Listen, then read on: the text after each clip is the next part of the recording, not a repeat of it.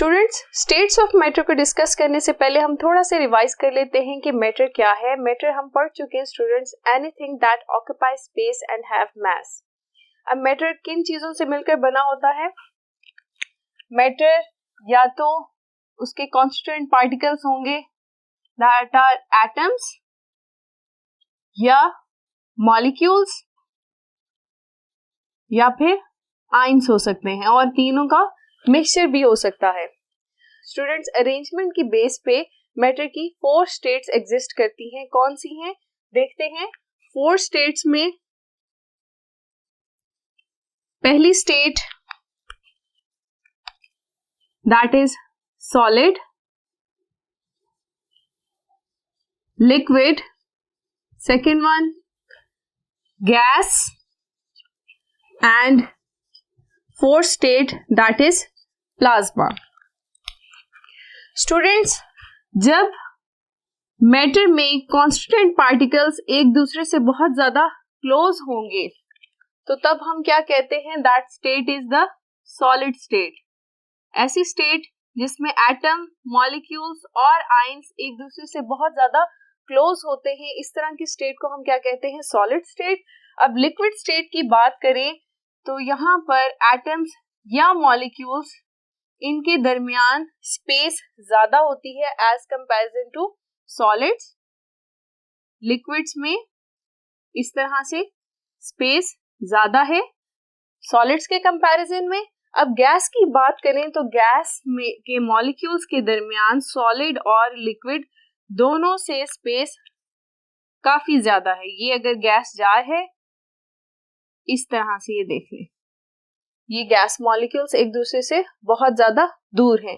अब प्लाज्मा जो स्टेट है स्टूडेंट्स, इसके अंदर क्या होता है? That is a mixture of neutral atom, ये न्यूट्रल एटम हो गया आपके पास, और आयंस, और इसके अलावा free electrons are also present.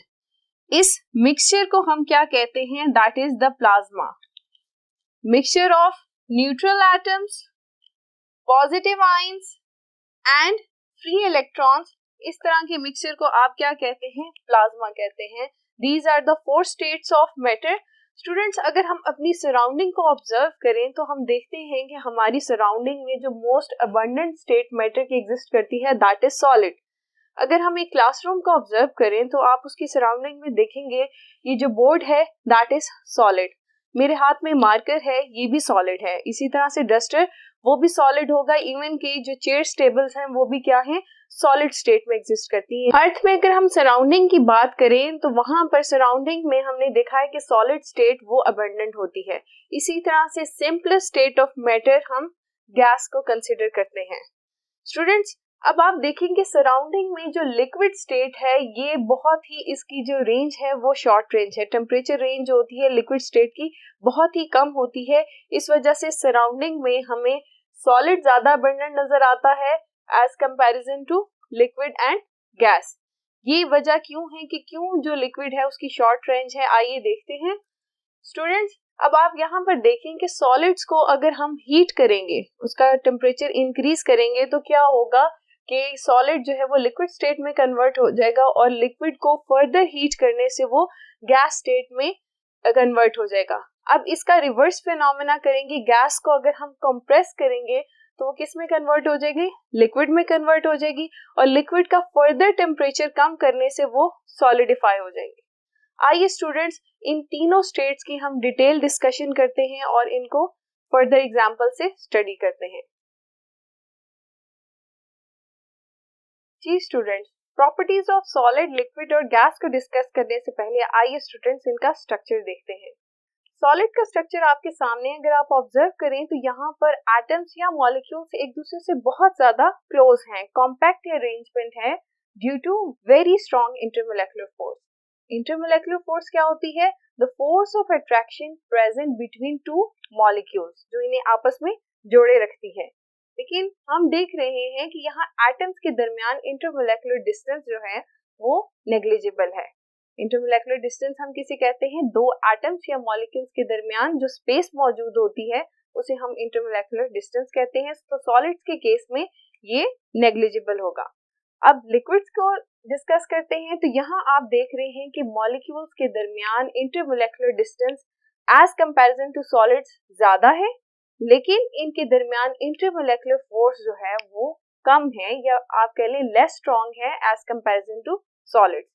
इसी तरह अगर हम गैस की बात करें तो गैस के मॉलिक्यूल्स के दरमियान इंटरमोलेकुलर डिस्टेंस बहुत ज़्यादा है, मॉलिक्यूल्स बहुत दूर दूर हैं, लेकिन इसके साथ ही इंटरमोलेकुलर फोर्स जो है वो बहुत ही वीक है। इन प्रॉपर्टीज की बेसिस पे हम इनकी शेप और वॉल्यूम को डिस्कस करते हैं कि सॉलिड्स में स्ट्रॉन्ग इंटरमोलेकुलर फोर्सेस होने की वजह से शेप और वॉल्यूम जो है सॉलिड्स का वो डेफिनेट होता है। इट्स मीन कि आप सॉलिड्स को किसी भी कंटेनर में डालें तो उसकी शेप और वॉल्यूम कभी भी चेंज नहीं होगा, लेकिन अगर हम लिक्विड की बात करें तो लिक्विड का वॉल्यूम डेफिनेट होता है लेकिन शेप डेफिनेट नहीं होगी। इट्स मीन कि जो शेप कंटेनर की होगी लिक्विड भी वही शेप ले लेगा। आपके सामने टेस्ट ट्यूब और बीकर में वाटर मौजूद है, यहाँ पर शेप उसने चेंज कर ली है, जो टेस्ट ट्यूब की शेप थी वही हमारे लिक्विड की शेप हो गई है, लेकिन वॉल्यूम डेफिनेट है कि दोनों का वॉल्यूम 10 ml है। Only shape change, volume doesn't change. अगर हम गैस की बात करें तो गैस का बिहेवियर सॉलिड और लिक्विड दोनों से मुख्तलिफ है। कैसे? यहाँ पर इंटरमोलेकुलर फोर्सेस वीक हैं और इंटरमोलेकुलर डिस्टेंस ज़्यादा होने की वजह से गैस का ना तो वॉल्यूम डेफिनेट होता है और ना ही उसकी शेप डेफिनेट होता है। यू कैन से the shape of gas is the shape of container and the volume of gas is also the volume of container. जिस भी कंटेनर में आप डालेंगे गैस को वो उसी की शेप ले लेगा और वॉल्यूम भी उसी हिसाब से एडजस्ट कर लेगा। स्टूडेंट्स, नेक्स्ट प्रॉपर्टी डेंसिटी की है। डेंसिटी हम डिस्कस करते हैं तीनों स्टेट्स में। डेंसिटी बेसिकली क्या है? That is the ratio of mass over volume. Volume और डेंसिटी का इनवर्स रिलेशन है। When volume increases density decreases, और इसी तरह से वॉल्यूम डिक्रीज होगा तो डेंसिटी क्या हो जाएगी? इंक्रीज हो जाएगी। सॉलिड्स के केस में डिस्कस करते हैं। यहाँ पर हमने देखा कि कॉम्पैक्ट अरेंजमेंट होने की वजह से सॉलिड्स का वॉल्यूम कम होता है as comparison to liquid and gas. तो इट्स मीन कि वॉल्यूम कम हुआ तो डेंसिटी इंक्रीज होगी, लेकिन लिक्विड और गैस में इंटरमोलेकुलर डिस्टेंस ज्यादा होता है जिसकी वजह से डेंसिटी जो है वो डिक्रीज कर जाती है। इट्स मीन कि उनका वॉल्यूम ज्यादा है और डेंसिटी क्या होगी? कम होगी एज कंपैरिजन टू सॉलिड्स। सबसे ज्यादा कम डेंसिटी गैस की होगी क्योंकि गैस का वॉल्यूम बहुत ज्यादा है तो उसकी डेंसिटी कम होगी। आइए स्टूडेंट्स इस सारी एक्सप्लेनेशन को एक एग्जांपल से समझते हैं। अगर मैं एक ग्लास में एक कैल्शियम सप्लीमेंट की डिस्क डालूं तो वो डिस्क सॉलिड थी, आपने देखा वो लिक्विड में सिंक कर गई। इट्स मीन कि वो ज्यादा डेंसर थी। अब आप देखिए थोड़ी देर बाद एक केमिकल रिएक्शन हुआ और उसके अंदर से गैस बबल्स निकल रहे हैं। अब गैस जो है इसकी डेंसिटी हमने कहा था सॉलिड और लिक्विड दोनों से कम है, तो ये क्या हुआ? बबल्स जो हैं ऊपर को मूव कर गए। इट्स मीन कि gas is lighter than water and the disc. इसी तरह से स्टूडेंट्स हम नेक्स्ट प्रॉपर्टी को डिस्कस करते हैं, that is the compressibility. Compress करना किसी चीज को मतलब होता है कि इकट्ठा करना, क्लोज लेकर आना। अब हम सॉलिड के केस में देखते हैं कि एटम्स तो ऑलरेडी इतनी क्लोज्ड हैं, हम उसे मजीद कंप्रेस नहीं कर सकते, मजीद एटम्स को क्लोज नहीं लाया जा सकता, इस वजह से सॉलिड्स कंप्रेस नहीं हो सकते। लिक्विड के केस में अगर हम देखें तो यहाँ पर भी इंटरमोलेकुलर डिस्टेंस जो है वो इतना ज्यादा नहीं है एज कंपैरिजन टू सॉलिड्स, तो यहाँ पर भी लिक्विड्स को हम कंप्रेस नहीं कर सकते। किसी भी चीज को कंप्रेस करने के लिए जरूरी है कि उसके दरमियान बहुत ज्यादा स्पेस मौजूद हो।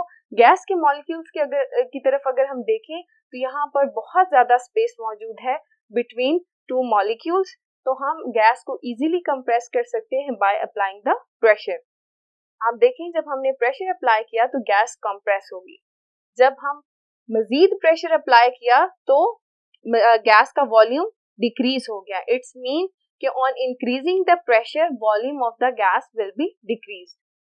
इसी प्रिंसिपल पर हम एक्सपेंशन ऑफ गैसेस को देखते हैं कि जब आप एक गैस को बहुत ज्यादा कंप्रेस कर दें, हाईली कंप्रेस्ड गैस लें, उसके बाद उसे अलाउ करें टू एक्सपैंड।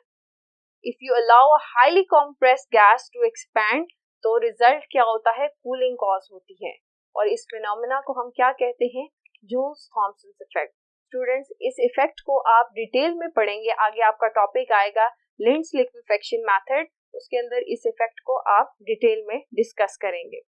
नेक्स्ट प्रॉपर्टी पे आते हैं, डिफ्यूजन है। डिफ्यूजन बेसिकली क्या होती है students, that is the movement of molecules from a higher concentration towards the lower concentration to form a homogenized mixture is known as diffusion.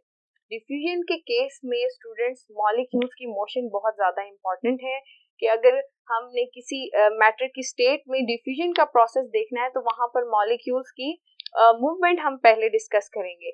तो solid के case में देखें स्टूडेंट्स, यहाँ पर मॉलिक्यूल्स की या एटम्स की मोशन जो है वो ओनली वाइब्रेशनल मोशन है, यानी यहाँ पर एटम्स अपनी जगह छोड़कर दूसरी जगह ट्रांसफर नहीं हो सकते। So you can say one solid can not diffuse into another solid. Liquid की केस में बात करें तो यहाँ मॉलिक्यूल्स के दरमियान स्पेस मौजूद है। मॉलिक्यूल्स में ट्रांसलेशन मोशन है, यानी वो एक जगह से दूसरी जगह ट्रांसफर हो सकते हैं। तो लिक्विड्स कैन डिफ्यूज, यहाँ आपके पास एग्जांपल है कि बीकर के अंदर में अगर कोई कलर्ड सॉल्यूशन डालूं तो आप देखें कि वो आहिस्ता आहिस्ता वाटर के अंदर जो क्लियर लिक्विड है उसके अंदर डिफ्यूज हो रहा है और थोड़ी देर बाद देखेंगे कि एक होमोजेनियस मिक्सचर आपके पास या एक होमोजेनियस सॉल्यूशन आपके पास अपीयर हो गया है, यानी यहाँ पर डिफ्यूजन हो रही है लेकिन क्योंकि मॉलिक्यूल्स की मोशन स्लो है तो रेट ऑफ डिफ्यूजन भी कम है। गैस के मुकाबले में देखें, गैस में अगर हम दो डिफरेंट गैसेस को डिफ्यूज करवाएं तो क्या हम देखते हैं गैस मॉलिक्यूल्स की जो मोशन है वो बहुत ज़्यादा रैंडम है, बहुत ज़्यादा फास्ट है। तो हम देखेंगे फ्यू सेकंड्स के बाद ही दोनों गैसेस आपस में डिफ्यूज होकर एक होमोजेनियस मिक्सचर बना देंगी। स्टूडेंट्स एक स्पेसिफिक प्रॉपर्टी है गैसेस की, दैट इज इफ्यूजन। ये अगेन मॉलिक्यूल्स की मूवमेंट पे ही बेस करती है। इफ्यूजन क्या है? Effusion is basically the escape of a molecule from a very tiny hole is known as effusion. और ये ग्रेडियंट क्या होता है? From high concentration towards the lower concentration. Effusion आपके सामने ये प्रोसेस है कि एक कंटेनर में हमने गैस ली और वहां पर एक टाइनी होल है और सिंगल मॉलिक्यूल उसमें से एस्केप कर रहा है from high concentration towards lower concentration. तो इस फिनोमेना को हम क्या कहेंगे? इफ्यूजन कहेंगे। आइए students effect of temperature discuss करते हैं लिक्विड स्टेट और गैस स्टेट में। स्टूडेंट्स जब आप टेम्परेचर कम करते हैं तो लिक्विड सॉलिडिफाई हो जाता है, यानी वो फ्रीज कर जाता है, liquid changes into solid state. लेकिन गैस के केस में अगर हम देखें कि अगर आप एक गैस को कूल करते हैं यानी टेम्परेचर डिक्रीज करते हैं तो हम इजीली देख सकते हैं कि उसका वॉल्यूम डिक्रीज हो गया है। अगर आप गैस के मॉलिक्यूल्स को हीट करेंगे तो क्या होगा? ओरिजिनल वॉल्यूम या इनिशियल वॉल्यूम से वॉल्यूम इंक्रीज कर जाएगा। तो ये स्टडी हमने किया इफेक्ट ऑफ वॉल्यूम। स्टूडेंट्स ये हमने डिफरेंट प्रॉपर्टीज को डिस्कस किया, गैस की, सॉलिड की और लिक्विड की, और इनकी हमने एग्जांपल्स को भी डिस्कस किया। स्टूडेंट्स इस चैप्टर में आगे जाके आप इन्हीं प्रॉपर्टीज को जस्टिफाई करने के लिए डिफरेंट लॉज को डिस्कस करेंगे। आज का लेक्चर हमारा यहाँ पर फिनिश होता है। होप सो स्टूडेंट्स आपको इन एग्जांपल से बहुत अच्छी समझ आई होगी। अपना बहुत ख्याल रखिए। अल्लाह हाफिज।